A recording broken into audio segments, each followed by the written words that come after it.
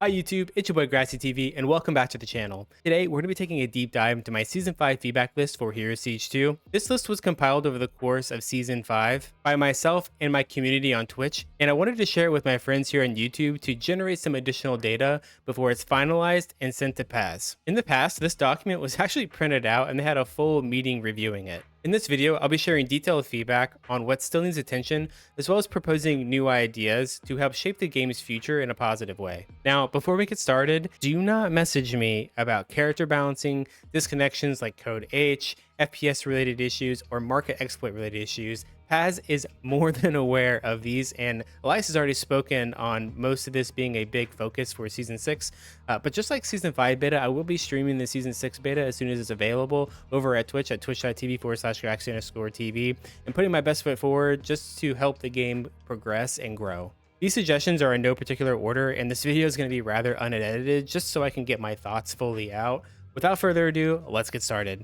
Of course, I do want your guys' thoughts and opinions in the comment section below, but keep in mind, this is my Season 5 feedback list, so just because you have an idea doesn't mean that it's going to automatically make it onto this list. Now, something to keep in mind here, everybody has their own ideas of what Hero Siege should be. And this isn't really Hero Siege related. This is ARPGs in general, gaming in general. Everybody has their own perspectives and visions. And just because you have an idea that you think is a really good one doesn't mean that it's going to fit within the vision of the game of what the developers also have of their game. So there's a lot of that goes into here. So if you have a suggestion and I talk with you and I want to have conversations with you about it, and we want to dig deeper on it and really see like, hey, does this make sense for the game? It's a good idea, but how would it actually fit into the game? Don't be offended by that, right? Starting off, I do have a couple of bugs that I want to mention. First, Chaos Shrines can only spawn in two places. One of them is a Miss of Chaos through a Bifrost key. The other one is the Act 4 Devil's Breach, or the Devil's Hole dungeon. In there's guaranteed a Chaos Shrine every single time. Nowhere else in the game can Chaos Shrine spawn. Second is full screen mode does not stop the mouse from moving into another monitor. So for example, say, I'm playing the game and I'm in full screen mode. If I move my mouse outside of the monitor frame, like it actually goes to my next monitor, even though I'm in full screen mode. So you could just add an option to confine the mouse to the game, regardless of what version you're in, what mode you're in. But either way, it does allow you to do that even in full screen mode. Next, we go quality of life. There's a lot here. A big one is adding beams to high runes. I'm completely colorblind. I have a really hard time distinguishing high runes. Obviously, it says rune on it, but high rune versus heroic items versus just common quality items. It's really hard for me to see those, especially earlier on in the game when you're just getting into Hell 1. You're still dropping a decent amount of bases. When you drop a rune in there, like obviously you have the map icon. It's just a pain in the ass to define. It would be so much easier if it had a beam on it. The same applies to angelic runes. Angelic runes also need a sound. It can be the angelic sound, but it needs some sort of some sort of sound effect and a beam on it. Values on glyphs should show their value after quality, not the 100% value. Then you place it in and it changes based on the glyph quality. So if you look at a glyph and say it has, shows you the number of whatever it does, that's assuming that the glyph is 100% quality. That number should always reflect based on the actual quality of the item. And maybe you'll have a roll range on the item, right? It'll say maybe it can roll 1% to 10%, right? And if you have a 50% one, then it shows the 5% on there, but then below it shows like the actual roll range. Either way, it's a little bit misleading when somebody finds a glyph, especially newer players that don't know this. They find a glyph and they say, oh shit, it's 5% or 100% magic find or something, and then they go put the glyph in and it's 45%, right? So that could be cleaned up. Sound notification for codex drops and unique color beams. I promise you I've missed a codex this season. Obviously it does have a map effect, map icon, which is really nice, but it needs maybe its own unique beam and a sound effect for it that's different than the ones that we currently have, because we're starting into a situation, especially with keys all have practically the same sound and it's really hard to hear. Actually need to add that on here. Key drop sounds are too low volume. Whenever keys drop, obviously just regular dungeon keys kind of have their noise. And that's not what I'm talking about here. I think it's more so that Bifrost keys in particular kind of need a boost. Bifrost keys either need their own sound effect or increased volume. Because whenever I hear it, I don't know that it's a Bifrost key. It's just, oh, key dropped. I'm just thinking a dungeon key, right? And it's a bit more than that. The ability to remove specific items from the companion pickup. So if you no longer need runes that are, I don't know what color they are, but the low runes and lower, you can turn all those off, really help your companion whenever it's picking up. Same for flawed gems. Maybe you just have no desire to be picking up flawed gems. You can turn those off so that now your companion is picking up things that you actually want. It actually would help with their pathing, I would imagine. Add numbers next to the rune names to know what number they are. This is really helpful for new players too. I still don't know. Like if you gave me a Fel rune right now versus a Hell rune, I couldn't tell you which one's higher than the other. Well, was it Fel? Fel would be Foul, so Foul would be higher than. I know them because of D2, right? That's the only reason. But for newer players or people that have never, played D2 or just don't remember, having a number next to them to associate, where they're at in the list would really help. Because I would imagine right now what they have to do is they have to open the journal and go under either the crafting section, probably the crafting section, and scroll and like find the different ones. Just makes it way easier if they can associate a certain number to it just by looking at it or just by hovering over it. Adding a hotkey control left click to allocate 20 points or control shift left click to allocate remaining points. So when you're putting your attributes in, instead of just it being 4 at a time is the max, having maybe 20 at a time, or even just the ability, because most of the time we're dumping all of our points into one attribute. So being able to dump 300 in one click would be fantastic. Ruby Garden or Asgard chest map icons. I'm not sure how I feel about this one. Somebody suggested this, and initially I was like, yeah, it sounds like cool, especially when you're in Ruby Garden specifically. Being able to have the chest on the map would be really nice, so you don't miss any because you are, using a key to go in there. However, Ruby chests and Asgard chests are in different places in the game, so I don't know if this would be a coding issue where if you have it in Ruby Garden showing, it would also show in different parts of the game, which I don't know if I really want that. I guess it wouldn't. There's only a few places anyway, so it wouldn't be that big of a deal, right? Maybe once you hover over them, you actually open the chest, they disappear from the minimap. Alt Z to persist through zones. Currently, you have to reapply this every zone. So if you don't know what Alt Z does, Alt Z removes the entire UI. The interface goes away, so you don't see your skill bar, you don't see your health bar at the top left, you don't see mini maps, you don't see a map, you don't see any. It's literally just the game and your character, and that's it. However, every time you go into a new zone or you TP or do any of that stuff, you have to re-Alt Z. And it'd be kind of cool if I could just, especially when I'm streaming, if I could just have it persist through zones, it would look much more clean. I could have different things at different spots.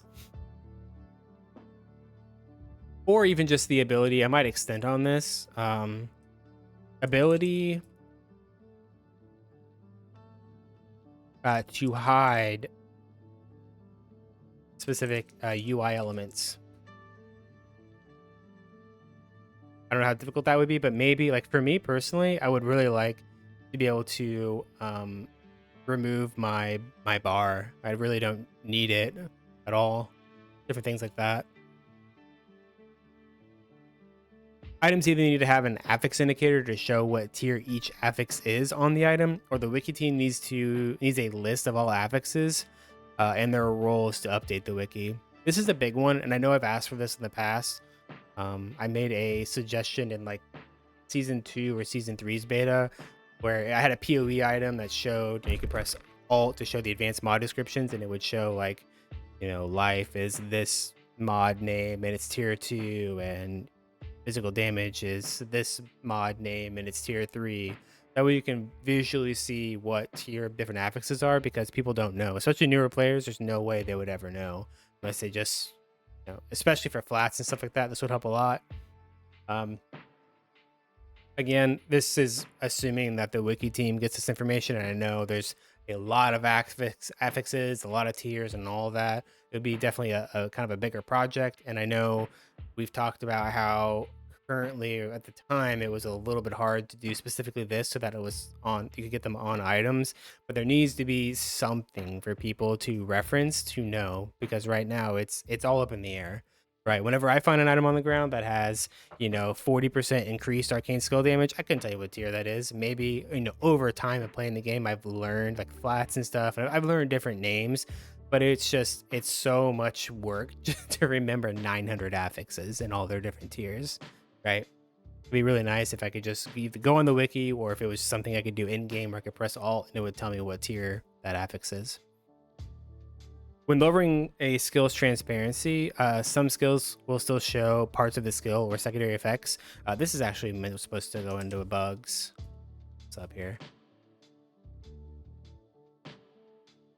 Right.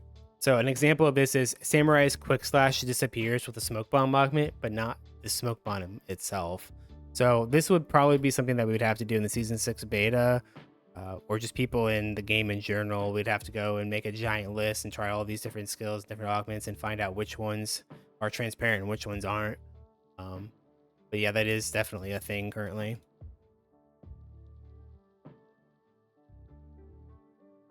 Ability to lock items and their equipped slots, and the ability to lock the potion bar from expanding.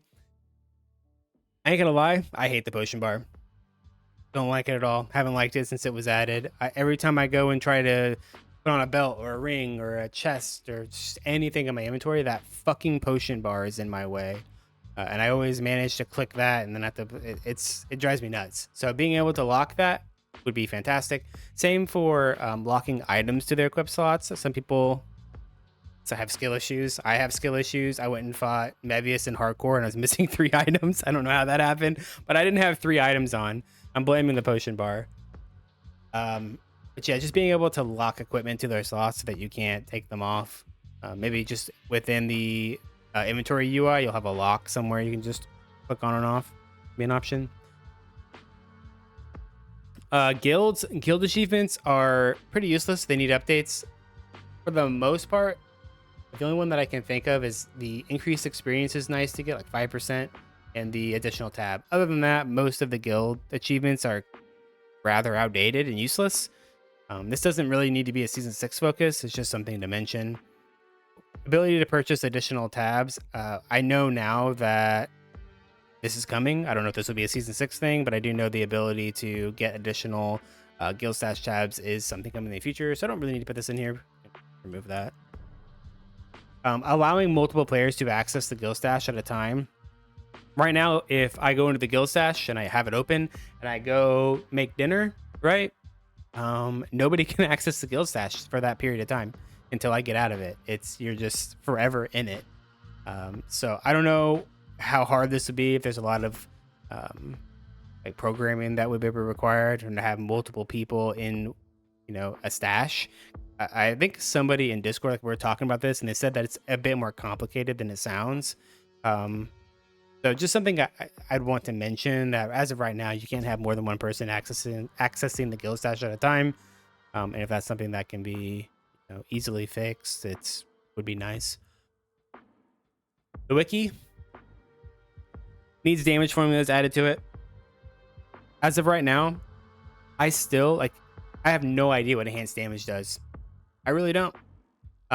Initially, so here's what I thought. I thought that enhanced damage was a local mod for weapons, which increases the attack damage of your weapon, but enhanced damage everywhere else, like maybe you got it on a pair of gloves, you got it on a charm or whatever, was a more damage multiplier, kind of like how you have magic skill damage or just skill damages in general.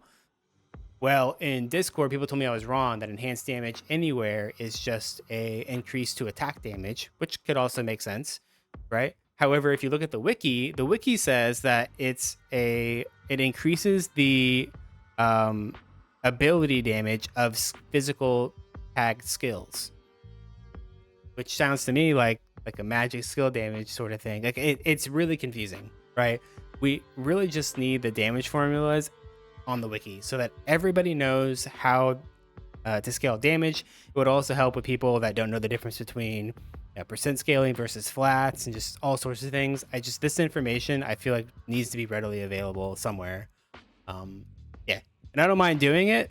I obviously don't really work on the wiki as much. I don't mind helping, but I just need to have that information. Add item drop chances. Also on the wiki, this once again will probably be a huge project, but I feel that, I don't know, it would be really nice to see those item drop chances, especially because in the game, and really in SSF, if I'm like, hey, I want to grind out a glow stick or do I want to grind out a Lucy's Day, which one technically has a better drop rate might change the way that I play the game. I just feel like having drop rates to items is not malicious in any way. It can give people like an idea of how rare items can be, or make them, create decisions on what they should be farming in the game. So, yeah. Relics, stackable inventory and sellable for players to use. Excuse me, I need to take a drink.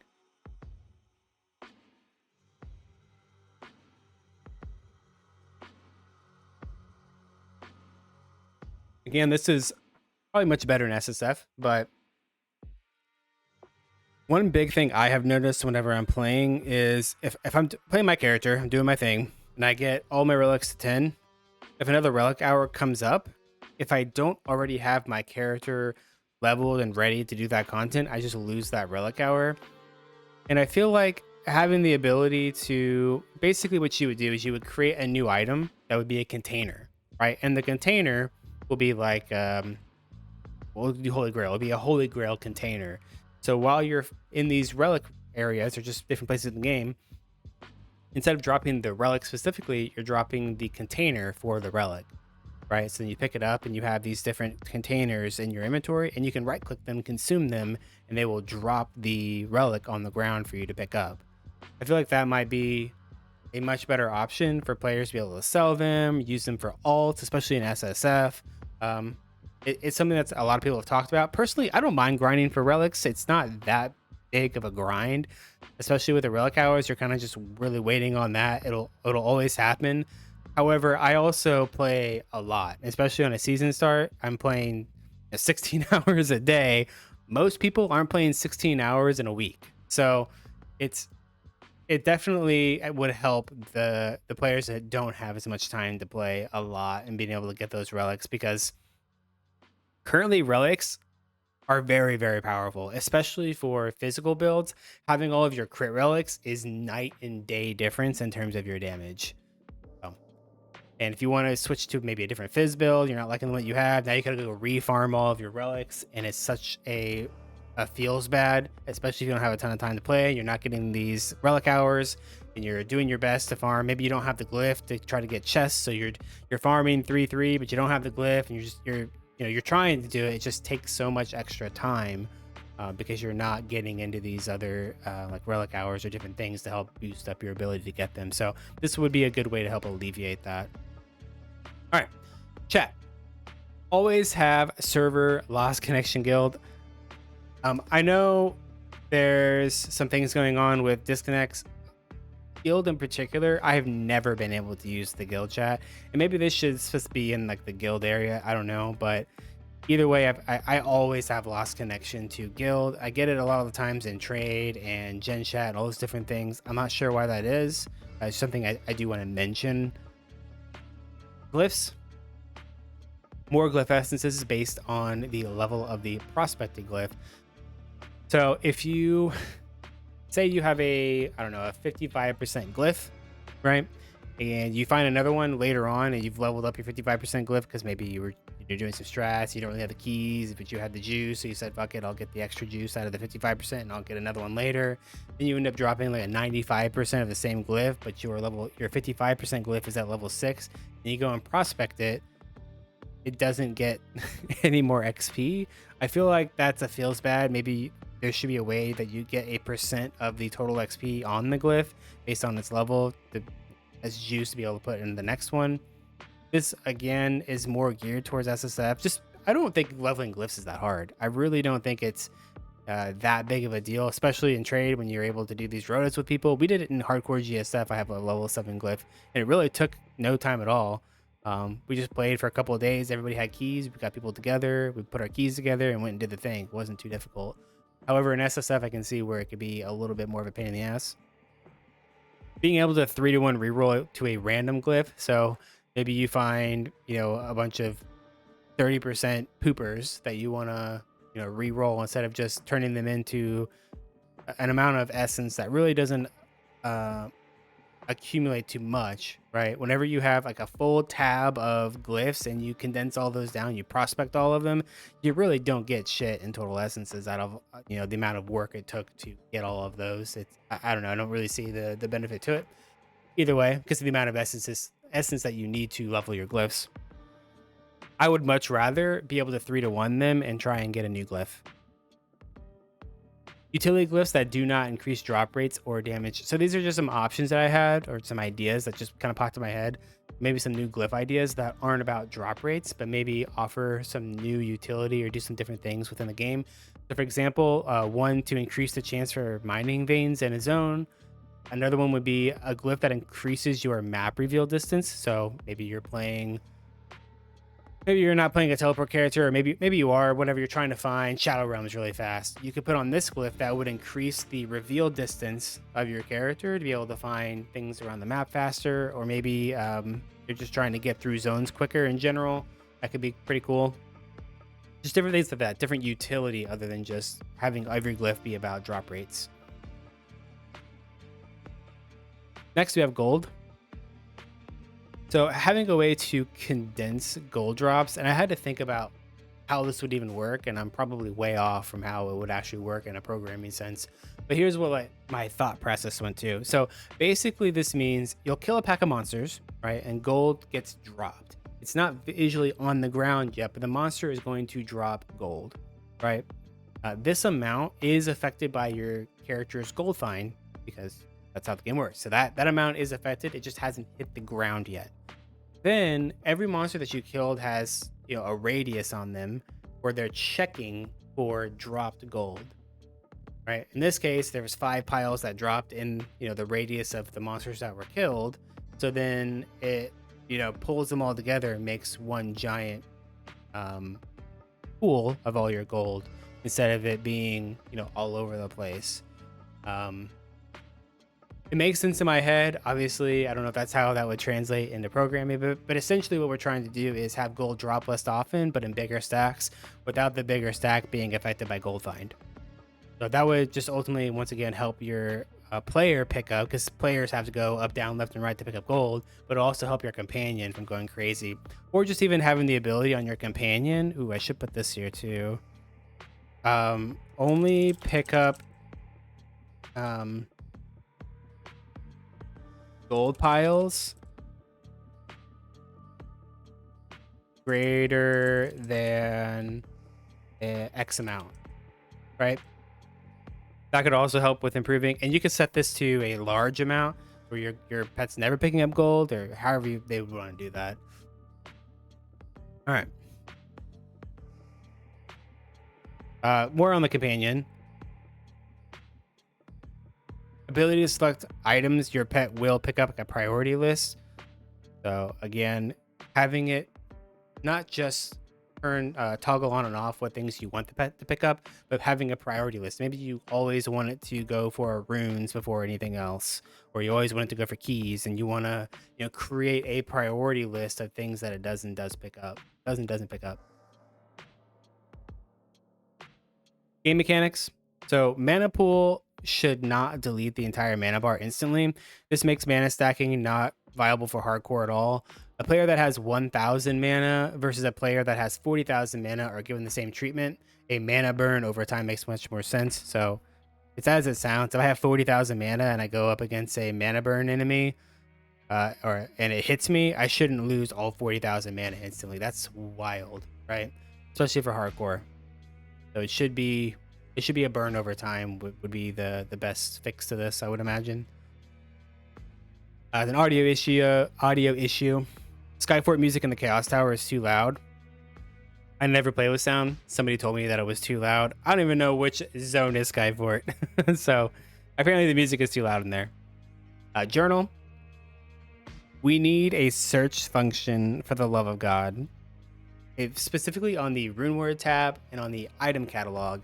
And whenever I'm in the beta or I'm trying to show somebody an item, I have to like go into the catalog, then go to the type, then either search by rarity or I have to find it. It's a pain in the ass. I should just be able to click on items and then just type a name in and it'll automatically find that item for me, as well as maybe being able to have the ability to search for a word on the item.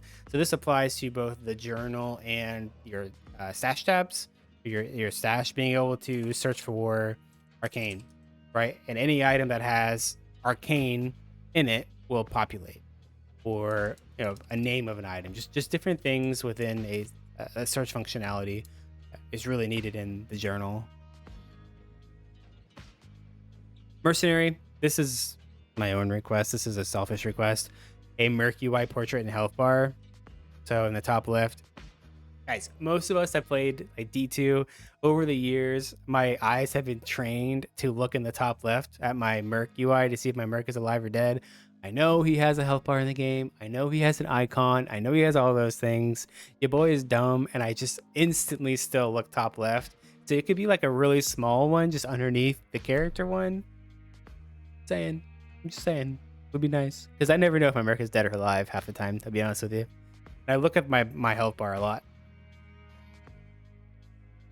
Character page. So having a seasonal and a non-seasonal character page. So maybe you're in the character page sheet and you'll have a button that you can just click that toggles between the two different modes. So like here's your non-seasonal, here's your seasonal. Also having the ability to move characters around. They can use like drag and drop or just add buttons that have arrows that you can move them around. So this is just to organize it, especially right now when you have seasonal and non-seasonal in the same area, being able to just move your characters into different spots or organize them by character type, whatever it may be. Be nice quality of life. Auction house. We could go on and on about the auction house. We really could. But here's a few points. Ability to search for multiple prefixes and suffixes. This is really important if you're trying to find a specific mythic item, as well as having the ability to filter the affix tier.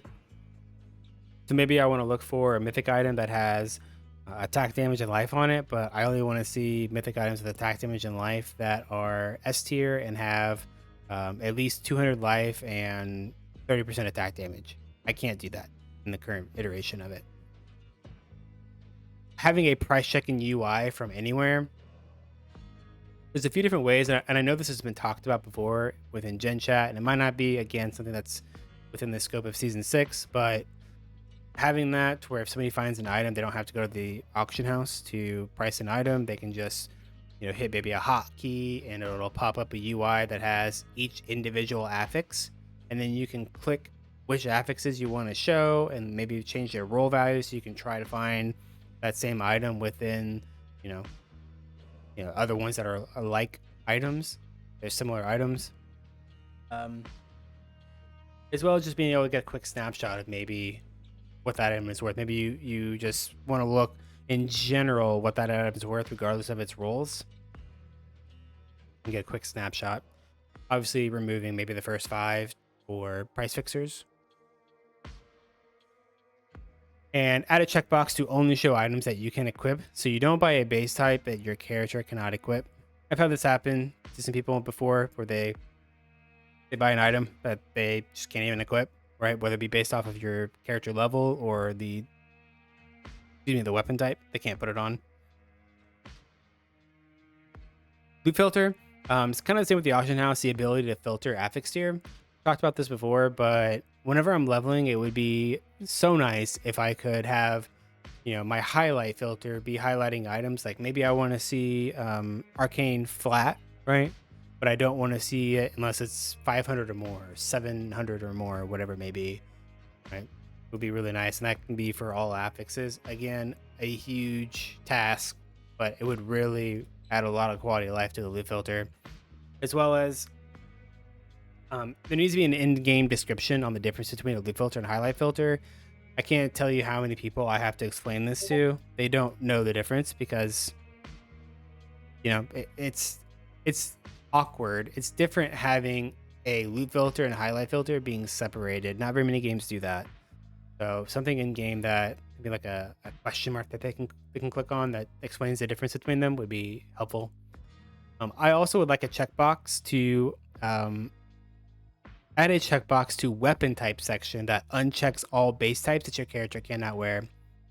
This can be a little bit troublesome, possibly, but it would be nice, right at the start of the game, I can go into the weapon section, click on one button, and it turns off all the base types that my character can't wear. And then if I want to add more back on, I can. But I feel like a lot of people, maybe they're playing, I don't know, they're playing a melee build, but they're still looking at bows and staffs and canes and stuff on the ground. It just adds a lot of extra clutter. Also in the loot filter, I thought I added this ability to only show highlighted items. Right? I made the checkbox.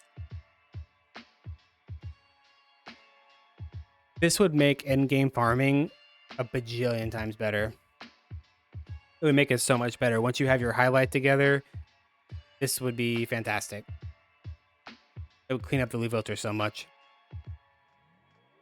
All right, next we have Bifrost and Vanaheim. The challenge dungeon that you get from the Bifrost keys needs an increased chance for higher key dungeons, or should be a 6 key plus minimum. But you're spending a Bifrost key. Whenever you get a challenge dungeon, more times than not, it's a 1 keyer, right? It's just, I feel like there should be a higher chance to get extra juice out of it because you've spent juice, right? Or maybe just have a minimum. The Vanaheim portal should show on the map and have a sound effect when opened. I don't know, out of all the Vanaheims that I've gotten, I would say maybe 10% of them I've actually done correctly, where the portal opens and I go in the portal.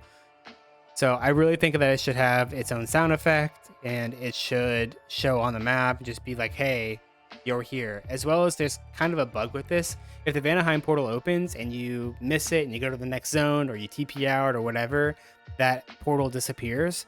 I don't know if there's a way to fix that. But this also makes this situation worse, because if you are just kind of in blast mode and you miss it, there's no sound effect, there's no map indicator, and you go to the next zone, you're like, oh shit, my thing's complete, and you go back, it's gone, right? That could help clean up that issue. Next, we have crafting in the prospect bench. So whenever you hover over an item in the bench, right now it doesn't tell you what it is. So maybe I want to do a empty sockets craft, and I go and I hover over the crafting bench. I don't know if that rune is a style rune, and I know because I play the game, but a newer player or returning players, whatever, they don't know what those are. So being able to hover over them and it tell you what it is, I think it would be a good quality of life. Improve available recipes based on what is in the cube. Far too often I have the available materials, but the list doesn't pull the recipe to the top of the list. I can scroll down to it and use it, or manually select craft and it works.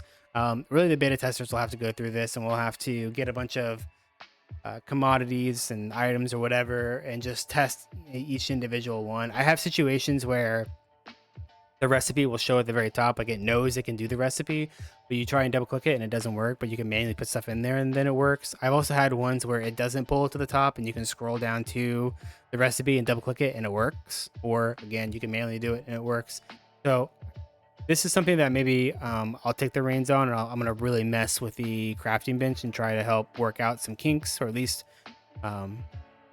report those kinks, right? Auto crafting doesn't work with any gem other than a perfect gem, only manually. So this could go under bugs, but currently, if you're using the recipes like empty sockets or rolled sockets, you have to use a perfect gem or perfect skull specifically, in order to auto craft. Otherwise, you have to manually do it. Auto stacking dust when prospecting, or a take all option. I don't know how I feel about this one. Somebody suggested it, and I don't think it would matter either way. It'd be an okay quality of life. What they mean is whenever you're prospecting, say, a bunch of mythics, right? Whenever you prospect a bunch, they go in they initially stack, and then you put another pack in there. those don't stack with the ones that are currently there. They create a new one and then you drop them into your inventory. Just having them auto stack or just have a take all option so you don't have to click each one individually to get to bring them all out. Just a small quality life. I don't see that it's really a big deal, but something small. My Discord's popping off. Next, we have Odyssey and SSF. Leaderboards should be class specific like trade. I don't know why they're not. It's a little weird if they aren't. But yeah, leaderboards should be class specific, just like trade. Glyph XP adjustments for SSF. Leveling them is quite a journey. Again, I'm back and forth on this, but I have to remember that I play a lot of hours compared to most people don't play nearly as much as I do. So I would imagine for them, it's much more of a pain in the ass to get their glyphs leveled. And whenever you have glyphs that are drop rate dependent, it's going to make those players that aren't playing as much feel even worse because one, it's going to take them forever to get the glyph. Then they get the glyph and they have to level the glyph. And they're doing all of these things just to get, a little bit better drop rates on things that they want to farm. It's a little bit lackluster for players that, and I want to say less time. I don't mean people that are playing 4 hours a week, right? That's an outlier within itself. That's an extreme. I think the average for most people is playing like 3 or 4 hours a day. Realistically, I think most people can get 2, 3, 4 hours in the day if they're gamers, right? If they're gaming. Obviously, I understand there's outliers to this. People have families, they have jobs, they have all these sorts of things going on in their lives. Some people can only get 4 hours in a week done. I just think that is also a bit of an outlier, right? Because it wouldn't matter in the situation where you make leveling glyphs much easier. It doesn't affect them because they still only play 4 hours a week. Does that make sense? It wouldn't do anything. It would just make it a bajillion times easier for everybody else, which SSF should still be a challenge, right? It's not, oh, I'm playing SSF, things should be easier for me because I don't have trade. That's not the way that it should work. It should be, I'm playing SSF, this should be more challenging because I'm by myself, in my opinion. Amun-Ra, currently using a corrupted torch for keys completely defeats the purpose of sacrificing a torch. Yeah, sure, people will use a cheap torch based on its value, but they at least are sacrificing some value. Yeah, I just personally don't think that if you corrupt a torch, right, you should be able to use that as a key, because then creating the key for Amun-Ra is only with corrupted torches. You didn't lose any value. Like, you're going to brick a torch at some point, most likely, right? I don't know. I feel like they need to lose something to create the key. As well as in the Amun-Ra fight, the heart needs to be movable. Too often, people will move the heart against the wall or something, and then you're doing like a third of the damage. Alrighty. Last but not least, we have community ideas. First, this has already been kind of solved. The Nameless Seer. This is from PoE, the SS tier vendor. The Angel of Justice is in the game now, so we don't really need that. Nerf Viking. He's too strong. Way too strong. Nerf Viking. Seasonal Wormhole Portrait. We've gone back and forth on this. Obviously, they love getting their rank 1 wormhole portraits. Again, I hear about it every single season. At the end of the day, if it engages people in the game and gets them playing the game, I don't see why not. Obviously, it takes more work on Paz's side to create a new portrait every season, but I did want to throw that back out there because there are a lot of people that really do like this mechanic, so why not? Personalizing an item for gold. This came from D2. Remember, in the old days, you could talk to Anya and you could personalize, you could put your name on an item so that, maybe you drop ethereals and you want to personalize that item so that anybody that ever has that item, if you sell it, like, everyone knows that you dropped that item, like that is your item. That could be cool. Could be a fun little gold sink there. This one's quite interesting. A charm rotator gold sink. You could spend a sizable amount of gold in order to change a charm, like a 2x1 into a 1x2. I don't know how difficult this would be. It sounds super complicated, but it could be a really cool way to sink some gold and change the the current charm inventory creation. Essentially, whenever you're putting things together, your tiles together, everybody has like different ways of getting their charms in instead of it being just all the same thing. With that being said, that's going to wrap up my Season 5 feedback list for Heroes Siege 2. Be sure you leave your opinions and thoughts in the comment section below. I will be reviewing these and adding them to the list as I see fit. Come check me out live at twitch.tv/Graxy_TV. We do have Season 6 beta starting somewhat soon, so be on the lookout for that. Thank you for watching, and I will see you in the next video.